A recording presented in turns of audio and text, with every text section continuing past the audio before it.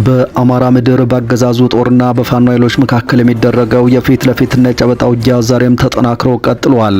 በሌላ በኩል በራያ ቆቦ ከተማ የምርጫ ኮሮጆው ሲገለጥ ያልተጠበቀ ጉድ ተገኝቷል።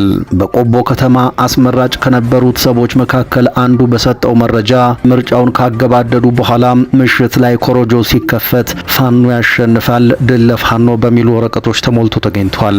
ይህንን ተከትሎም አስመራጮችና ታዛቢዎች ያልተጠበቀ ድንጋጤ ውስጥ ገብቷል።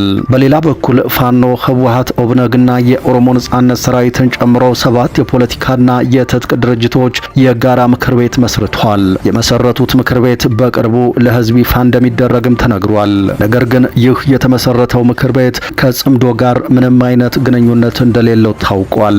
አብይ አህመድ ወደ ስልጣን ከመጡ በኋላ በፈጠሩት ጦርነትና ክልሎች ላይ በከፈቱት ውጊያ ምክንያት በየአካባቢው እንወክለዋለን ያሉትን ህዝባቸውን ካገዛዙ ጥቃት እንከላከላለን ያሉ በርካታ ታጣቂ ድርጅቶች መፈጠራቸው ይታወቃል። አሁን ላይ ይፋ የሆነው ይህ ምክር ቤት በአገዛዙ ቤት ከፍተኛ ድንጋጤን ፈጥሯል። በዝርዝር መረጃውን የምትሰሙት ይሆናል። በኦሮሚያ ክልል አርሲ ዞን አሰብ ወረዳ ትናንት በተቀሰቀሰ መጠነ ሰፊ ጥቃት የ37 ምዕመናን ህይወት ማለፉና ከ200 በላይ መኖሪያ ቤቶች መቃጠላቸው ተሰማ። በኦሮሚያ ክልል ምስራቅ አርሲ ዞን ከግንቦት 23 2018 ጀምሮ በኦርቶዶክስ እምነት ተከታዮች ላይ ተነጣጥሮ በተሰነዘረ መጠነ ሰፊና አሰቃቂ ጥቃት እስካሁን የ37 ሰዎች ህይወት ማለፉን ሚዲያችን ከአካባቢው የደረሰው መረጃ አመልክቷል።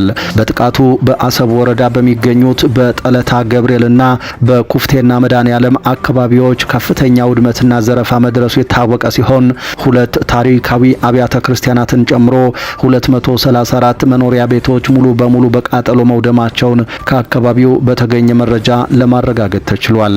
የቤተ ክርስቲያን አባቶች እንዲሁም አርቲስቶች ይህንን እልቂት እያወገዙ ይገኛሉ። በዝርዝር መረጃችን ጉዳዩን የምትሰሙት ይሆናል። በህወሓት ዳግም የተቋቋመው የትግራይ ክልል ምክር ቤት ከፍተኛ ሹመቶችን አጸደቀ። በዚህም መሰረት አማኑኤል አሰፋ የክልሉ ምክትል ፕሬዝዳንትና የፍትህ ቢሮ ኃላፊ ሆነው የተሾሙ ሲሆን ሌሎችም ሹመቶች ጸድቀዋል። ሹመቶቹ የጸደቁት በትግራይ ክልል ምክር ቤት በ6ኛ ዘመን 4ኛ ዙር አስቸኳይ ስብሰባ ሲሆን ስብሰባው የተጀመረው የባለፈውን መደበኛ ስብሰባ ቃለ ጉባኤ በማጽደቅ ነው። በመቀጠልም በክልል ቢሮዎች አደረጃጀት መዋቅር ላይ በቀረበ የውሳኔ ሀሳብ ላይ ውይይት ተደርጎ በሙሉ ድምጽ ጸድቋል። ህወሓት ሌሎች አስቸኳይ የተባሉ ውሳኔዎችን ማሳልፏል። በዝርዝር መረጃችን እናሰማችኋለን። ክቡራትና ክቡራን የሚዲያችን ቤተሰቦች ከኛ ጋር ከቆያችሁ እነዚህንና ሌሎችንም መረጃዎች ቀጥለን በዝርዝርና በትንታኔ ወደ እናንተ እናደርሳለን። ለቻናላችን አዲስ የሆናችሁ ካላችሁ ሰብስክራይብ በማድረግ ቤተሰብ ሁኑ። በየቀኑ አዳዲስ መረጃዎቻችን በፍጥነት ይደርሷችኋል። አሁን በቀጥታ ወደ ዝርዝር መረጃው አለፍን። መልካም ቆይታ።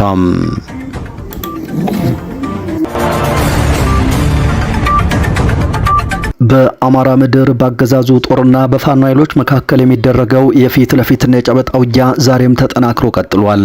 በሌላ በኩል በራያ ቆቦ ከተማ ፋኖ ያሸንፋል በሚልና ድል ለፋኖ በሚል ቃል የተሞላው የምርጫ ኮሮጆ አነጋጋሪ ሆኗል።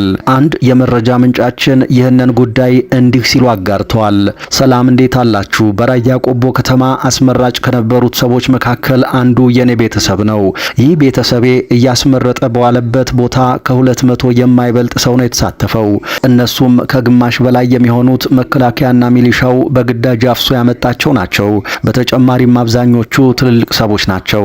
አስመራጭ የነበረውን የኔን ቤተሰብ ጨምሮ ሲያስመርጡ የዋሉት ሰዎች የተለቀቁት ወይም ወደ ቤታቸው የገቡት ከምሽቱ 3 ሰዓት በኋላ ነው።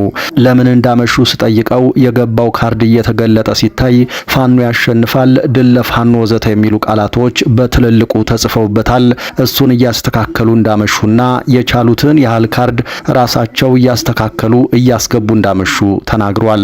ከራያ ቆቦ ከተማ ታማኝ ምንጮች የተገኘው ይህ መረጃ በሌሎች አካባቢዎችስ ምን ጉድ ተሰማ ይሆን አስብሏል። በሌላ በኩል አገዛዙ በዛው በራያ ቆቦ ኮባ በተባለ ስፍራ በመድፍ ጥቃት በርካታ የሰላማዊ ሰዎችን እንስሳትና ቤቶችን አውድሟል። በራያ ቆቦ ወረዳ ልዩ ስሙ ኮባ በተባለ አካባቢ አገዛዙ በሰነዘረው የከባድ መሳሪያ ጥቃት በሰላማዊ ሰዎችና በቤት እንስሳት ላይ ከፍተኛ ውድመት ደርሷል። በአካባቢው ላይ ያነጣጠረውና በመድፍ የተደገፈው ይኸው ጥቃት የተሰነዘረው በአገዛዙ ጦር ሲሆን ጥቃቱ ንጹሃን ዜጎች ባሉበት የመኖሪያ መንደርና የዕለት ተዕለት እንቅስቃሴ በሚያደርጉበት ቦታ ላይ በማነጣጠሩ በሰው ሕይወትና በንብረት ላይ ከፍተኛ ውድመት አስከትሏል። ከሰላማዊ ሰዎች በተጨማሪ በአካባቢው አርሶ አደሮችና እረኞች እጅ ላይ የነበሩ በርካታ የቤት እንስሳትም የዚህ ጥቃት ሰለባ ሆነዋል። የኢትዮጵያ ሕግ ስለማይፈቅድ እነዚህን የሞቱ እንስሳትን ማሳየት አልቻልንም እንጂ በአካባቢው የደረሰው ውድመት እጅግ አሰቃቂ ነው።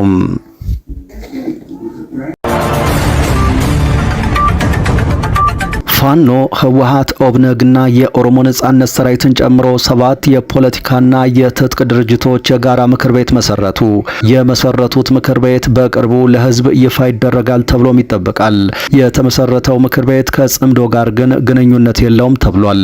አብይ አህመድ ወደ ስልጣን ከመጡ በኋላ በፈጠሩት ጦርነትና ክልሎች ላይ በከፈቱት ውጊያ ምክንያት በየአካባቢው እንወክለዋለን ያሉትን ህዝባቸውን ካገዛዙ ጥቃት እንከላከላለን ያሉ በርካታ ታጣቂ ቡድኖች መፈጠራቸው ይታወቃል። የኦህዴድ ብልጽግናው አገዛዝ ወደ ስልጣን ሲመጣ አንድም የታጠቀ ድርጅት በኢትዮጵያ ውስጥ ያልነበረ ቢሆንም አገዛዙ ክልሎችን በፈረቃ እየዞረ መዋጋት ከጀመረ አንስቶ ግን ከ10 በላይ መሰል ድርጅቶች ስለመፈጠራቸው መረጃዎች ያመለክታሉ። የሶማሌ ክልልን በመውረር የጀመረው የኦህዴድ ብልጽግና ጥቃት ሶማሌ አደረኩት በደቡብ እደግመዋለሁ በማለት በሲዳማና በወላይታ የበርካቶችን ህይወት የቀጠፈ ጥቃትን ፈጽሟል። በተመሳሳይ ጊዜ ውስጥ ከኦሮሞ ነጻነት ሰራዊት ጋር በአስመራ የተፈራረመውን ስምምነት ክዶ በታጣቂ ድርጅቱ ላይ ውጊያ ከፍቶ ምዕራብ ኦሮሚያን የደም ምድር አድርጎ ስለመቀጠሉ ራሱ በሪፖርቱ የገለጸው ጉዳይ ነው። በመቀጠልም ትግራይ ክልልን ወግቶ በሚሊዮን የሚቆጠሩ ሰዎች እንዲገደሉ፣ ሚሊዮኖች እንዲፈናቀሉ፣ በቢሊዮን ዶላር የሚቆጠር ንብረት ውድመት እንዲመጣና በመቶ ሺዎች ሴቶች እንዲደፈሩ አድርጎ የከፈተው ውጊያ ከተገታ በኋላ ወደ አማራ ክልል ፊቱን አዙሯል። በአማራ ክልልም በተመሳሳይ አሁንም ድረስ በቀጠለው በዚህ ጦርነት ሚሊዮኖች ከትምህርት ገበታቸው ርቀዋል። በበርካታ ሺዎች የሚቆጠሩትም በድሮንና በሜካናይዝድ ጭምር እየተገደሉ እንዲቀጥል ያስቻለውን ጦርነት እያከናወነ ነው። እንዲህ ባለ መልኩ በሀገሪቱ ልዩ ልዩ አካባቢዎች ጦርነት የተከፈተባቸው ወገኖችም የየራሳቸውን ድርጅቶች ፈጥረው አገዛዙን ወደ መፋለም ተሸጋግረዋል። እስካሁን ባለው ይፋዊ መረጃም ከ10 በላይ የታጠቁ ፖለቲካዊ ድርጅቶች የጸረ አብይ አህመድ ውጊያ እያደረጉ ሲሆን ከዚህ ውስጥ 7ቱ የራሳቸውን የጋራ ምክር ቤት መስርቷል ተብሏል። ምንጮች እንዳረጋገጡት ከሆነ ፋኖ፣ ህወሓት፣ ኦብነግ፣ የኦሮሞ ነጻነት ሰራዊት፣ የቤኒሻንጉል ድርጅትና የጉሙዝ ድርጅት እንዲሁም የአፋሩ አጉጉሞ የጋራ ካውንስል መስርተዋል። ይህንን ካውንስል ለመመስረት በሀገር ውስጥና በውጭ ከ1 ዓመት በላይ የፈጀ ውይይት ሲደረግ ቆይቷል የሚሉት ለጉዳዩ ቅርበት ያላቸው ምንጮች ለመጨረሻ ጊዜ በኢትዮጵያ ውስጥ ሚያዝያ 29 2018 በተካሄደ ስብሰባ የካውንስሉ መመስረት እውን ሆኗል ብለዋል። የተመሰረተው ካውንስል የመጨረሻውን ውይይት ያደረገው በኢትዮጵያ ውስጥ ነው የሚሉ አንድ ጉዳዩን በቅርበት የሚያውቁ ምንጭ አብዛኞቹ ፖለቲካዊ ጉዳዮች እንዴት እንደሚፈቱ ከስምምነት ለመድረስ ያስቻለ መድረክ ነበር ሲሉ ገልጸዋል።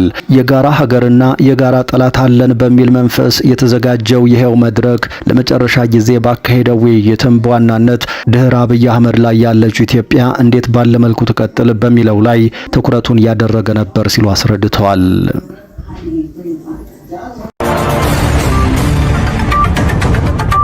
በአርሲ ዞን በተቀሰቀሰ መጠነ ሰፊ ጥቃት የ37 ምዕመናን ሕይወት ማለፉና ከ200 በላይ መኖሪያ ቤቶች መቃጠላቸው ታወቀ። በኦሮሚያ ክልል ምስራቅ አርሲ ዞን ከግንቦት 23 2018 ጀምሮ በኦርቶዶክስ እምነት ተከታዮች ላይ ተነጣጥሮ በተሰነዘረ መጠነ ሰፊና አሰቃቂ ጥቃት እስካሁን የ37 ሰዎች ሕይወት ማለፉን ሚዲያችን ከአካባቢው የደረሰው መረጃ አረጋግጧል። በጥቃቱ በአሰብ ወረዳ በሚገኙት በጠለታ ገብርኤልና በኩፍቴ ና መድኃኔዓለም አካባቢዎች ከፍተኛ ውድመትና ዘረፋ መድረሱ የታወቀ ሲሆን 2 ታሪካዊ አብያተ ክርስቲያናትን ጨምሮ 234 መኖሪያ ቤቶችም ሙሉ በሙሉ በቃጠሎ መውደማቸውን ከአካባቢው በቀጥታ የተገኘው መረጃ ያሳያል። ይህ ጥቃት አሁንም የቀጠለ ሲሆን በወረዳው ስር በሚገኙ በርካታ ቀበሌዎች ውስጥ በአሁኑ ሰዓት እጅግ የከፋ የተባለ ጥቃት እየተካሄደ መሆኑ ታውቋል። ለሚዲያችን በደረሰው ወቅታዊ መረጃ መሰረት በትናንትናው ዕለት በዘዲቦ፣ በሬቻ ሚካኤል፣ በሱንቴ ማርያም፣ በቦግዶ አቦ፣ በሌንጫ ኦዳ፣ በጂሶ፣ በኳስድሬ ቀበሌዎች ውስጥ ጥቃቱ እየተፈጸመ ይገኛል።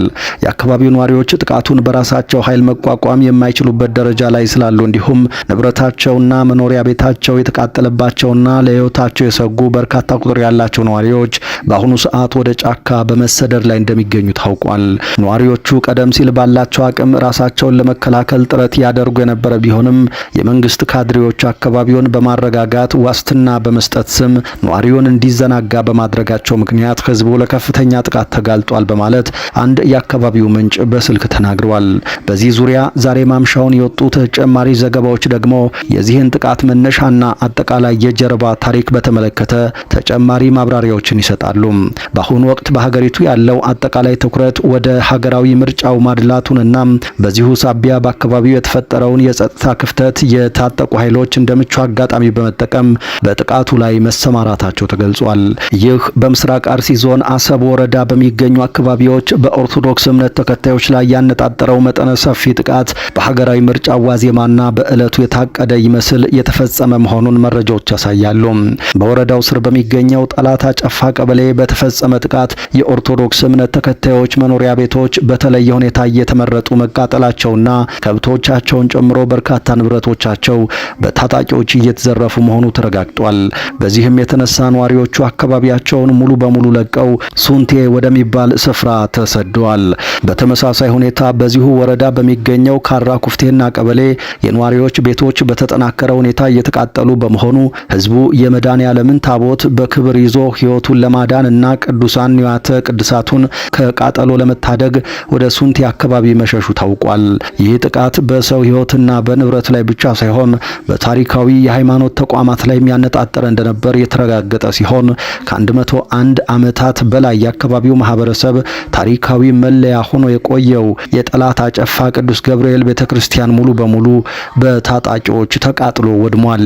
ከዚህ በተጨማሪ የካራ ኩፍቴና መድኃኔዓለም ቤተክርስቲያን ንብረት የሆኑ ልዩ ልዩ የአገልግሎት መስጫ ክፍሎች፣ የእንግዳ ማረፊያዎችና ልዩ ልዩ ህንጻዎችን በተመሳሳይ ሁኔታ በእሳት እንዲጋዩና እንዲወድሙ መደረጋቸው ተሰምቷል። ይህ በተደጋጋሚ ጊዜያት መሰል አሰቃቂ ጥቃቶች እንደሚፈጸሙበት የሚነገረው የምስራቅ አርሲ አካባቢ አሁንም በሀገራዊ ምርጫ ዋዜማና በዕለቱ መጠነ ሰፊ የጥቃት ሰለባ መሆኑ የአካባቢውን ማህበረሰብ እጅግ አሳዝኗል። ነዋሪዎቹ በአሁኑ ሰዓት በጫካዎች ውስጥ ተጠልለው የሚገኙ ሲሆን ለህይወታቸውና ለቀሪው ንብረታቸው ምንም አይነት የጸጥታ ከለላ እንደሌላቸው በመግለጽ ላይ ይገኛሉ።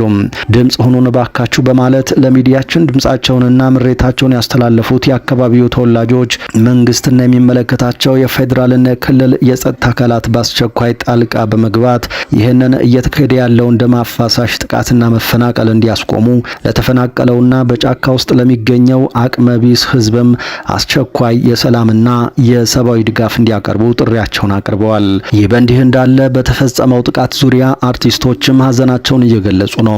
ታዋቂው አርቲስት መሰረት መብራቴ በምስራቅ አርሲ እየተከሰተ ስላለ ወቅታዊ የጸጥታ ችግርና የሰብአዊ ቀውስ ጥልቅ ሀዘኗንና ስሜቷን ይፋ አድርጋለች። አርቲስቷ ባጋራችው መልእክት ላይ በአካባቢው እየደረሰ ያለውን እልቂት በመቃወምና ሰላማዊ ሰዎች እየተጎዱ መሆኑን በማስታወስ የሚከተለውን ብላለች። አንደኛ፣ በአካባቢው እየተፈጠረ ያለውን ግድያና መከራ በመጠየቅ የምስራቅ አርሲን ሁኔታ የደም ምድር በማለት ገልጸዋለች። ሁለተኛ፣ ከምድራዊ ዳኞች ፍትህ ማግኘት ባለመቻሉ ፍትህ ፍለጋ ወደ ሰማያዊ አምላክ መዞሯን በአጽንኦት ተናግራለች። ሶስተኛ፣ በእልቂቱ ለተጎዱ ወገኖች የጸሎትና የሐዘን መግለጫ በማስተላለፍ ነፍሳቸውን እንዲቀበል ለአምላክ ጸልያለች። ይህ በታዋቂዋ አርቲስት የተላለፈው መልእክት በምስራቅ አርሲ እየደረሰ ላለው የዜጎች መፈናቀልና ሞት ሰፊ የህዝብ ትኩረት የሳበና የሰብአዊ መብት ጥሰቱን የሚያወግዝ ሆኗል።